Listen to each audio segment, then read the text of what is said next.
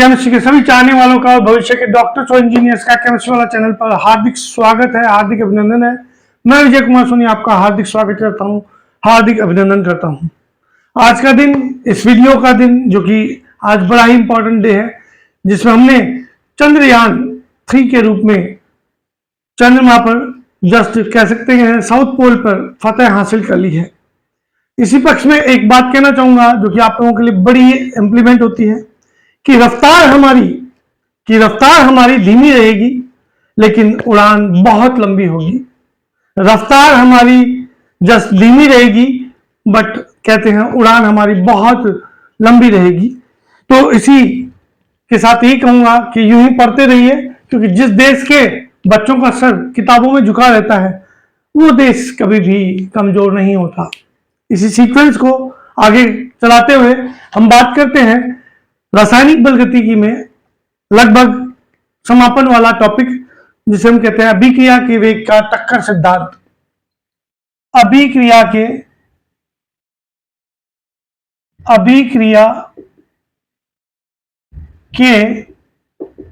वेग का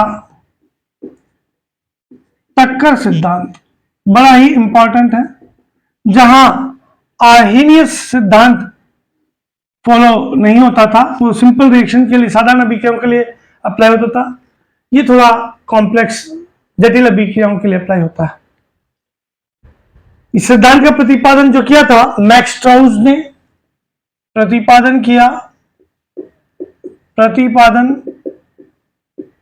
मैक्स ट्राउज तथा विलियम लुईस ने किया। विलियम लुईस ने इसका प्रतिपादन किया। इस अवधारणा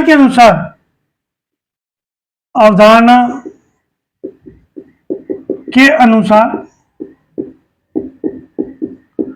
अभिक्रिया का वेग टक्करों पर निर्भर करता है। अर्थात हम इसे पार्टिकुलर यूं कह सकते हैं कि अभिक्रिया का वेग क्रियाकारकों की टक्करों पर, क्रियाकारकों की, इसे हम यूं कह सकते हैं कि अभिक्रिया का वेग क्रियाकारकों की टक्करों के समानुपाती होता है। यानी कि जितनी ज्यादा टक्कर होगी क्रियाकारी अणु में, उतनी ही ज्यादा अभिक्रिया का वेग भी होगा। बट ये वाली बात सब अभिक्रियाओं पे जब लगाते हैं, अप्लाई करते हैं, तो ये फॉलो नहीं होता। क्यों? क्योंकि कुछ एक अणु ही क्रियाकारी अणु के रूप में टक्कर करेंगे और उत्पाद का निर्माण करेंगे, क्योंकि हम पढ़ चुके हैं केवल सक्रिय अणु ही आपस में टक्कर करते हैं। तो यहां क्या कहना चाहते हैं मैक्स ट्राउज और विलियम लुईस? सभी टक्करें प्रभावी नहीं होती है। अतः इस पक्ष में प्रभावी टक्करों की आवृत्ति, जिसको हम कहेंगे ZAB, का उपयोग होता है।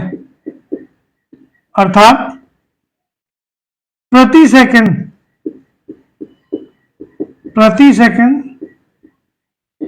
इकाई आयतन में होने वाली कुल टक्करों की संख्या को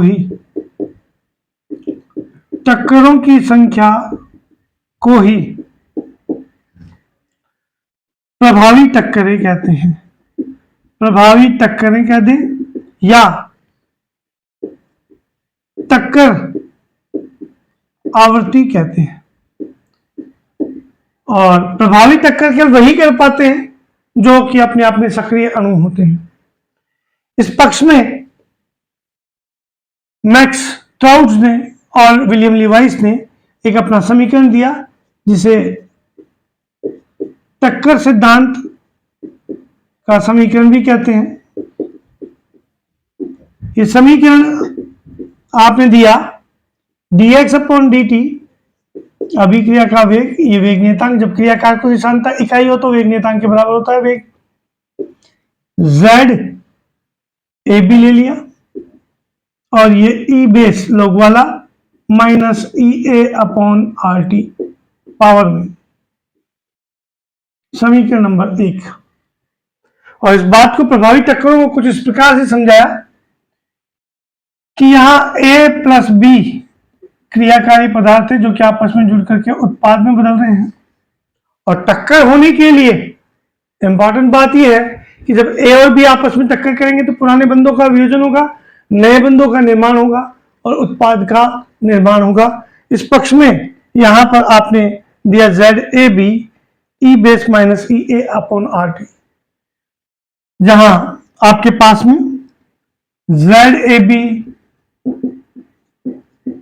टक्कर आवृत्ति है जो कि प्रति सेकंड प्रति इकाई आयतन में होने वाली संख्या है। प्रति सेकंड प्रति इकाई आयतन में होने वाली कुल टक्कर। इसके अलावा सेम आ रहा आपके पास में k वेग नियतांक है, ये कर दिया हमने k बराबर वेग नियतांक। EA आता आपके पास में सक्रियण ऊर्जा और माइनस आ गया तो सक्रियण ऊर्जा में कमी आती है। R आता आपके पास में गैस नियतांक 8.314 joule kelvin inverse mole inverse करेंगे। T आ गया आपके पास में परम ताप जो कि 298 केल्विन लिया जाता है। ये थी बात आपके पास में टक्कर सिद्धांत। लेकिन जब इस बात को एक्सप्लेन किया गया तो कुछ अभिक्रियाओं को हम ये समझे कि ये कोई H बॉन्ड H था, इसमें पर्टिकुलर I बॉन्ड I के साथ में I2 मॉलिक्यूल के साथ में रिएक्शन की तो यहां पर कोई अभिक्रिया नहीं हुई, कोई अभिक्रिया नहीं। और जब इनकी टक्कर कुछ इस प्रकार से करवाई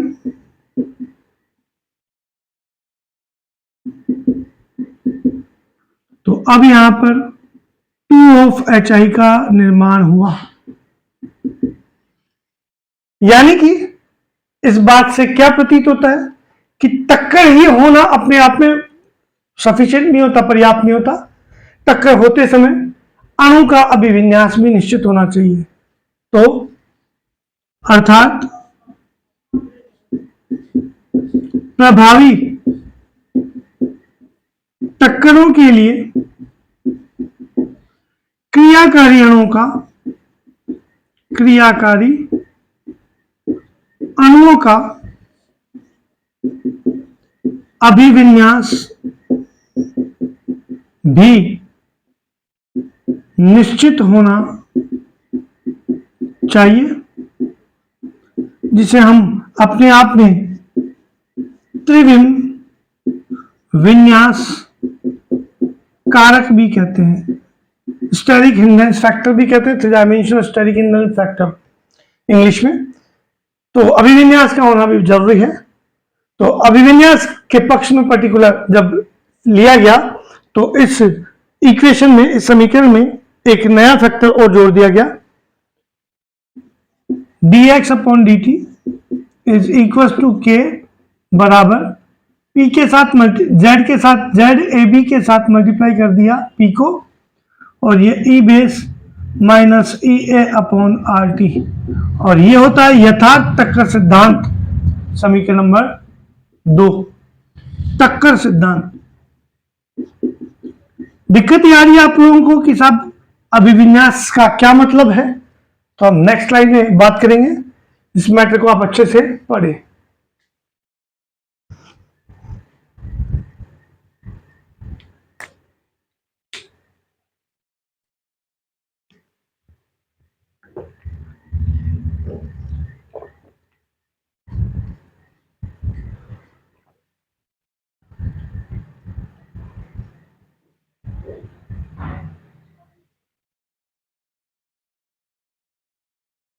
तो इसी क्रम में आगे बात करें तो टक्कर सिद्धांत में ही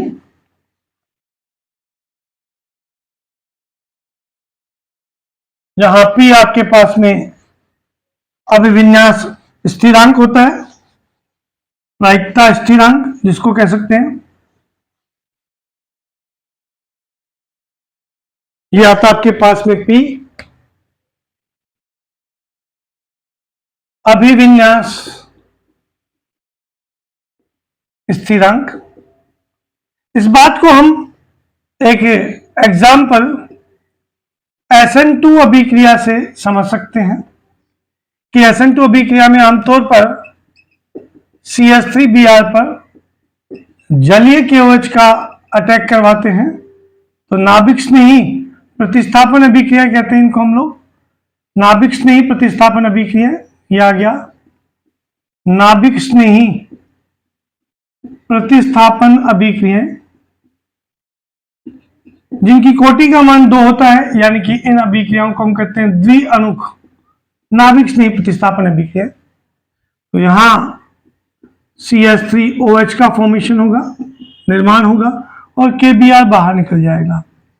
इस अभिक्रिया की क्रियाविधि की बात करूं तो आप सभी जानते हैं, नहीं जानते तो अब जान लीजिए कि इसकी क्रियाविधि एक पद में संपन्न होती है, अर्थात नाभिक स्नेही का आक्रमण और समूह का प्रतिस्थापन दोनों एक साथ होते हैं। तो इस स्थिति में ध्यान दीजिएगा अभिविन्यास को कैसे समझेंगे आप लोग। ये था CH3Br, Br की विद्युतनीयता ज्यादा है, बंध के इलेक्ट्रॉनों को ये खींचेगा और इस पर नाभिक स्नेही ने आक्रमण किया। तो नाभिक स्नेही और हटने वाले समूह पर समान आवेश होने के कारण से यहां पर प्रतिकर्षण होगा।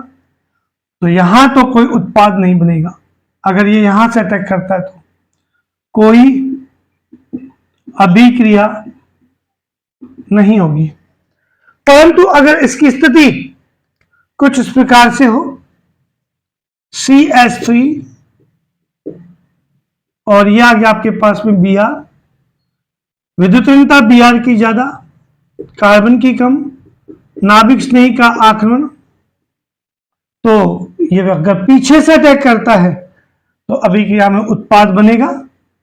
ये भी होगा कि ये वाला पद आपके पास में मंद पद होगा, इस पद में प्रतिपन भी होगा, मींस विन्यास भी बदलेगा, D है तो L बनेगा, L है तो D बनेगा। यहां पर एक संक्रमण अवस्था आती है जिसमें पुराने बंध टूटते हैं कुछ इस प्रकार से, Br माइनस और ये प्लस, कार्बन पंच संयोजी हो जाएगा जो कि संभव नहीं है, अस्थायी होगा, टूटेगा उत्पाद में, और यहां बन जाएगा CH3 कुछ इस प्रकार से, विन्यास बदल गया देख सकते हैं, OH और ये Br माइनस। तो अगर फ्रंट से अटैक करता है तो कोई उत्पाद नहीं बनेगा क्योंकि अभिविन्यास निश्चित नहीं है, उस दिशा से आक्रमण करेगा जहां पर प्रतिकर्षण कम होगा। पीछे से अटैक किया तो ये था आपके पास में अभिविन्यास स्थिरांक। इस पक्ष में आगे बात करूं तो P आपके पास में अभिविन्यास स्थिरांक आ गया, अर्थात हम क्या कह सकते हैं पर्टिकुलर कि किसी भी अभिक्रिया का वेग जो है, या यूं कह सकता हूं कि किसी भी अभिक्रिया में टक्कर सिद्धांत के अनुसार क्रिया कारक के लिए 2 अवरोध पार करने होते हैं। वो कौन कौन से 2 अवरोध पार करने होते हैं, अर्थात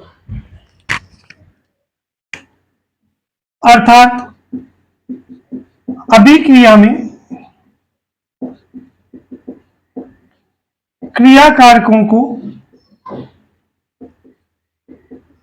निम्न 2 अवरोध पार करने होते हैं, पार करने होते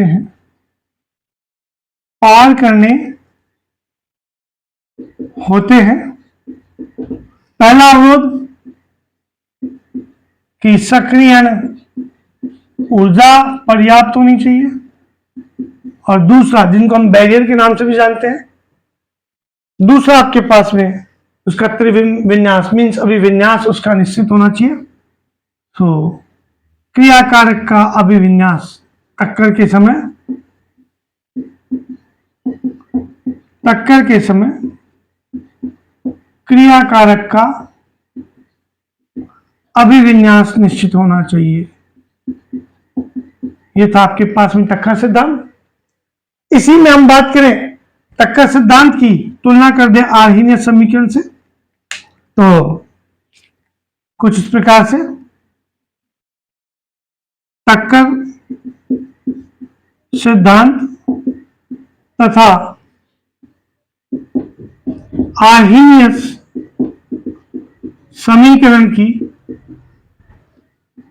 तुलना यहां हमने पढ़ रखा है।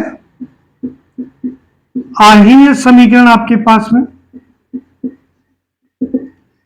के बराबर ए ई बेस माइनस ई ए अपॉन आर टी होता है,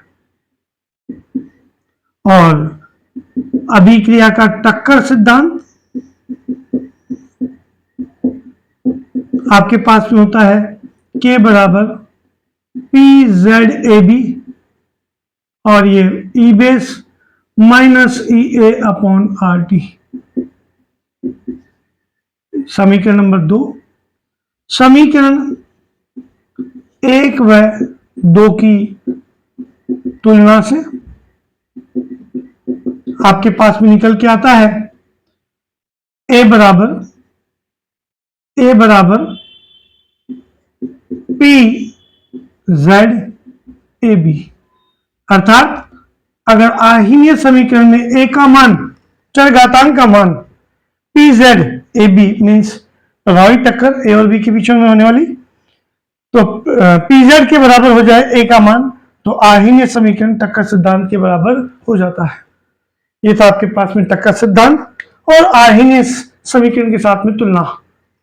मीन्स पर्टिकुलर आर्हीनियस समीकरण कहां तक सिद्ध है, कहां तक यथार्थ है, वो ये यथार्थ है कि जब वो ए बराबर पी जेड हो जाए तो आर्हीनियस समीकरण टक्कर सिद्धांत के सापेक्ष यथार्थ होगा।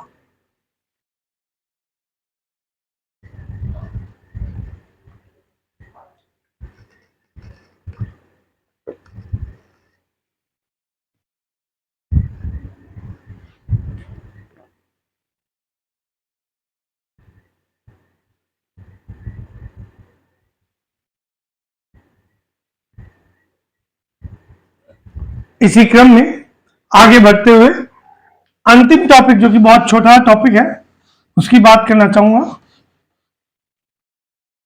जिसे हम कहते हैं ऊर्जा वितरण आरेख। और मैं तो आप लोगों से सभी से यही कहूंगा कि यूं ही पढ़ते चलिए, क्योंकि जैसे धीरे धीरे हमें 3 साल पहले कामयाबी नहीं मिलती चंद्रयान 2 में, आज चंद्रयान 3 में हमको हमारे देश को सफलता मिल चुकी है। तो यूं ही हम धीरे धीरे चलेंगे तो नो डाउट हम भी हमारी कामयाबी को जल्द ही हासिल कर लेंगे। बात करूं तो मैं अगला टॉपिक आता है आपके पास में ऊर्जा वितरण आरेख। ऊर्जा वितरण आरेख जो टॉपिक हमने पीछे पढ़ा था ताप गुणांक में, कि किसी भी अभिक्रिया का वेग अगर 10 डिग्री सेल्सियस तापमान बढ़ा दिया जाए तो वेग पर क्या प्रभाव पड़ेगा, वहां पर आता डबल या ट्रिपल हो जाएगा, 2 गुना या 3 गुना हो जाएगा। इसी बात को सिद्ध करने के लिए 2 साइंटिस्ट थे जिसे हम पर्टिकुलर कहते हैं बोल्ट्जमैन और मैक्सवेल। इन्होंने बोल्ट्जमैन तथा मैक्सवेल ने बेसिकली अगर बात करूं तो गतिज ऊर्जा और आमतौर पर गतिज ऊर्जा के साथ साथ सक्रिय अणुओं के अंश, सक्रिय ये लीजिए ने क्रियाकारकों के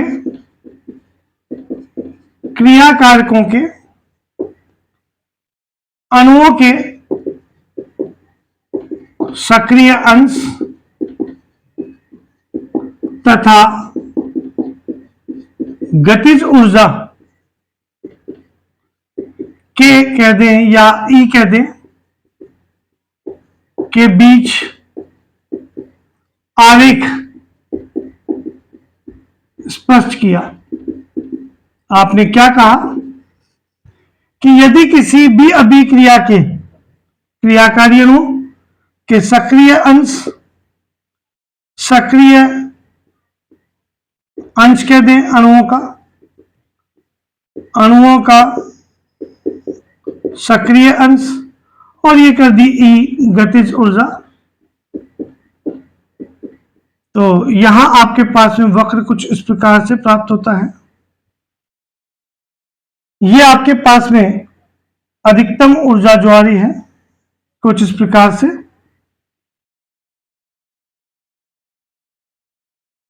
इस अधिकतम ऊर्जा को, गतिज ऊर्जा को हम अति संभाव्य गतिज ऊर्जा कहते हैं। जैसे आपने तापमान में यदि अभिक्रिया के ताप में, ये हमने ले ले T1 ताप पर, अभिक्रिया के ताप में 10 डिग्री सेल्सियस ताप की वृद्धि की जाए तो वक्र दाईं ओर खिसक जाता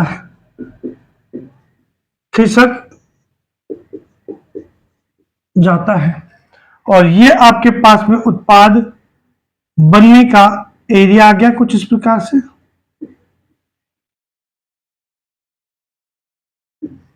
हमने क्या किया, अभिक्रिया का तापमान में 10 डिग्री सेल्सियस की वृद्धि कर दी, तो अब वक्र कैसा होगा,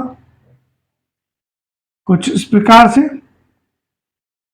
ये वही कर दी आपने ई गतिज ऊर्जा, और यही कर दिया आपने सक्रिय अंश जो कि Ne अपॉन Nt के इक्वल होता है। Ne अपॉन Nt, Ne ऊर्जा प्राप्त किए हुए अणु और Nt कुल अणुओं की संख्या, तो ये Ne अपॉन Nt के बीच में सक्रिय अंश आ चुका है। ग्राफ खींचा तो कुछ इस प्रकार से था, और कुछ इस प्रकार से। जैसे आपने तापमान में 10 डिग्री सेल्सियस की वृद्धि की तो वक्र दाईं ओर खिसक जाता है कुछ इस प्रकार से, कुछ इस प्रकार से। अगर इस एरिया की बात करें तो हम, अगर इस एरिया की बात करें तो ये एरिया आपके पास में ये आ रहा था, ये आ गया आपके पास में T1 ताप पर, ये आ गया T2 ताप पर, जो कि T1 प्लस 10 डिग्री सेल्सियस है। और अब आपके पास में अगर हम बात करें तो ये एरिया पहले की तुलना में कहीं डबल हो चुका है कुछ इस प्रकार से।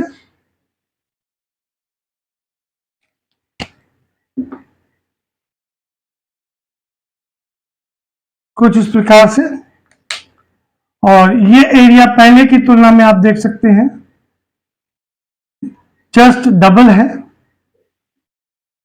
इसीलिए कहा गया है कि अभिक्रिया का वेग 2 गुना या 3 गुना हो जाएगा जब ताप में 10 डिग्री सेल्सियस की वृद्धि कर दी जाएगी, अर्थात अभिक्रिया के वेग में 10 डिग्री सेल्सियस ताप की वृद्धि करने पर अभिक्रिया का वेग 2 से 3 गुना बढ़ जाता है, और यही बात ताप गुणांक से स्पष्ट हुई थी। तो ये थी बात आपके पास में मैक्सवेल के ऊर्जा वितरण आरेख की बात। अच्छे से पढ़ें, कहीं कोई प्रॉब्लम हो तो मैंने आपसे पहले भी कह रखा है, व्हाट्सएप नंबर और कमेंट बॉक्स के थ्रू अपनी प्रॉब्लम को शेयर कर सकते हैं।